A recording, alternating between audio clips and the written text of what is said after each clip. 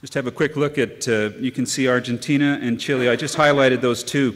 I don't think, for instance, although they're both from South America, obviously, we don't look at the two countries, they don't really compete side by side. Most consumers in British Columbia would think of wines from the Rhone or wines from Chile or wines from Italy or wines from Argentina. They don't look at Chile and Argentina as a single or as competing against each other. They compete against everybody else. So I don't think you need to worry that much about what's going on next door. Now, a few more. I can leave these for people who really need the numbers, but here's the $10 to $15 category, and you can see where you sit. And although this category, I think, this is almost an introductory category now in our market for people that are moving to Chilean wine. This would be the level they'd be looking for some, at least for some basic appellation wines. And then lastly, I wanted to go to the plus 15. So look at where you sit here. And your red wines are trending down slightly. So this is not quite to the end of the year. I understand the news is slightly more positive until the end of the year, but I just wanted to give you an idea of about what's going on in these categories and what needs to be done. I think if you want to move ahead. People want to buy these wines, but they need you to get them to the marketplace and push hard to get them in. So to continue, you know, if you open any interesting wine list in British Columbia, and I would suggest in many places in North America, you'll see what I mean about this price sector. You can check off Bordeaux, you can check off Burgundy, you can add Champagne, Napa Valley, Barossa, Piedmont, Tuscany. You'll even find Mendoza Malbec, Austrian Gruner Veltliner, German Riesling, but more often than not, there are no or very few or one or two Chilean wines on that list. And I think when you look at that, there's a disconnect between either the sommelier or the people that are running that sector and Chilean wines. They don't respect your wines enough to stick them on that list in the same quantity or amount that they're doing with other countries. Why is that? So I have my ideas about why that is, but I think the challenge for you in your 2020 plan, one of the things you'd want to do is raise the percentage of Chilean wines on major wine lists all across North America and in Europe, because really their share is very small. It's extremely small in my market, and I notice it all the time. So, part of it's availability, part of it's, that you're not concentrating on it enough, and I think it's one of the things you should look at if you want to move ahead. Yes, you'll find some bottles of Carmenere, but for me, Carmenere, it's kind of like South African Pinotage. It's a curiosity, and I don't think you can establish, a country's reputation on a single grape variety anymore, especially in this market.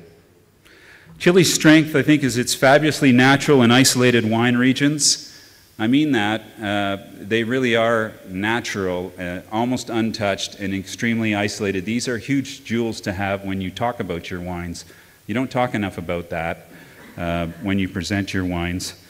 It's uncontaminated from what I can see in the 20 years that I've been here, but especially when you consider what goes on in many other regions of North America. So don't change that, and you must bring that to the forefront. I know you're doing stuff with sustainability and more organic and biodynamic work, so that's the line to go down. Lighter bottles, all of those things are going to count in the future. When you move up into our market, at least into that $15 to $22 range where you should be. Naturally made wines, however you want to define them, and all of them should be the focus for the next decade. I really think that consumers want wines that are, quote, naturally made, and I think that Chile's in a perfect position to do that if they want to make it happen. So my notes from numerous trips would suggest that Syrah, Pinot Noir, even Sauvignon Blanc will likely be the stars of the next decade, along with the likes of Carignan, Riesling, and more innovative and creative red blends. But there's one idea I have, and I'm sure it's very controversial, will be controversial to you. You have a 2020 plan. Part of my 2020 plan is that I think varietal wine will be dead by 2020 in the wine world, and I think it will be almost impossible to sell varietal wine to anybody by 2020. I say that especially in my market. I think about Robert Mondavi. You know, he got going in '66. His plan was to do varietal wine that Americans didn't understand, Appellation wines. They were confused, and if we told them what was in the bottle, maybe they would buy the wine. He was right. He told them it was Chardonnay. He told them it was Cabernet. He told them it was Pinot Noir. And they liked that idea, and they got confident, and they bought that wine. And it's been very successful. But that's like 45 years ago. You know, that's an old story. And as far as I can tell, when I look at young people today and how they source information and what's going on, these people do not and will not buy Merlot or, you know, okay, maybe Cabernet, maybe Chardonnay, but all those other varieties will just get lost in the din. We don't have a lot of time to talk about it, but I just think about it. If you're sitting in my tasting room on a Monday morning, I have, you know, 115 Cabernets sitting there that need to be tasted this month from about 12 countries. Half of them are terrible, half of them are, you know, a quarter of them are pretty good, and a few of them are great. But the baggage and 20 years of Cabernet, all of that information that you process, consumers process, it's very hard for them to be overly positive about varietal wine. But wine that comes from somewhere and wine that's made by somebody is a completely different animal, I think, for the modern wine consumer. So you must think more about that. I know you're finishing off your appellation system, and I think that will be good.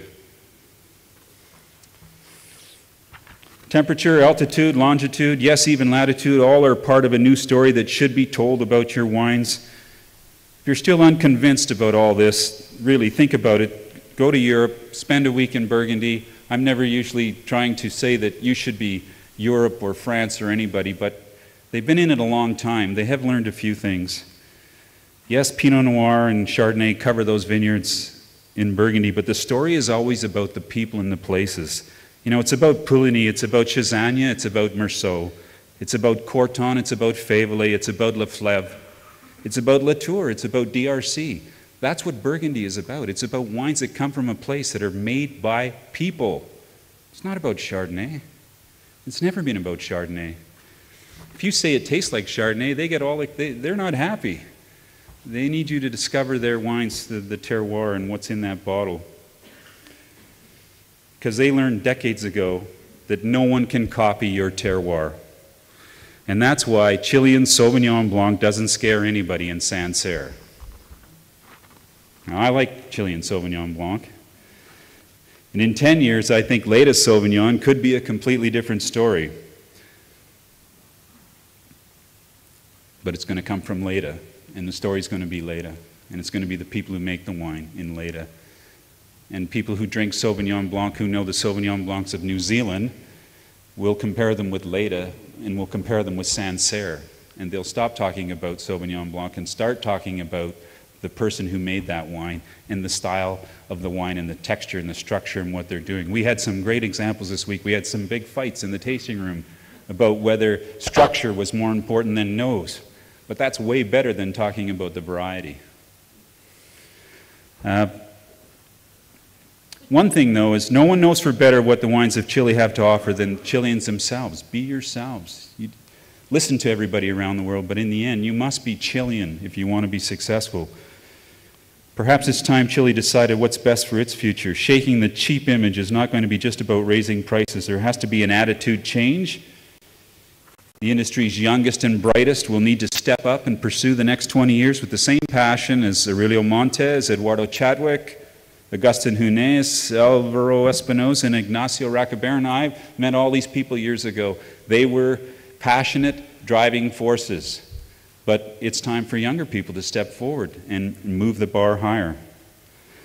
One such promising group is the movement of independent vintners. MOVI calls itself an association of small, quality-oriented Chilean wineries who've come together to share a common goal to make wine personally, on a human scale, and to promote a passion for the endeavors of growing grapes and crafting fine wine. I like that. I like the sound of that. It doesn't have to be MOVI. It can be everybody in Chile. And I think you should meet more with them, and they should meet more with you. They need to learn more about the big business. You need to learn more about the small business, I think. And together you can change what's going on. So just to conclude, because I'm over a bit, frankly, I seldom measure a wine region by its greatest wines, but rather by its most simple. And using that scale, Chile moves well up my world wine chart of quality producers. Nevertheless, the super premium issue won't simply fade away, and that means Chile needs to capture the world's attention with high quality, expensive, if we must use that word, wine, or you're going to be left behind on the discount shelf, which is where you don't want to be. And finally, no matter what you do, be Chilean, because no other country can replicate that. Thanks so much. Wines of Chile, the natural choice.